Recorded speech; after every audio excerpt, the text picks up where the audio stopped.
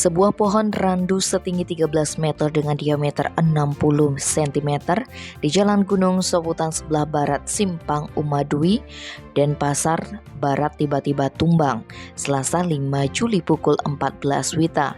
Naas pohon tersebut menimpa sejumlah kendaraan yang berhenti di traffic light dan merenggut nyawa pengendara motor bernama Gusti Putu Nusa Indranegara.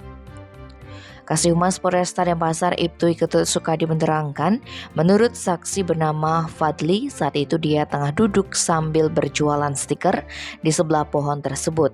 Tiba-tiba terdengar suara dahan patah dan pohon yang tumbuh di jalan milik pria bernama Pek ini tumbang. Akibatnya beberapa kendaraan yang tengah lewat dan sedang berhenti di lokasi tertimpa.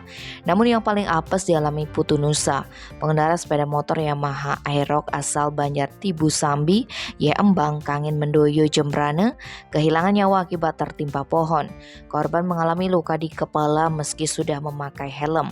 Jenazah pria Malang itu dibawa ke RSUP Sanglah untuk proses selanjutnya. Tim Bali Express melaporkan.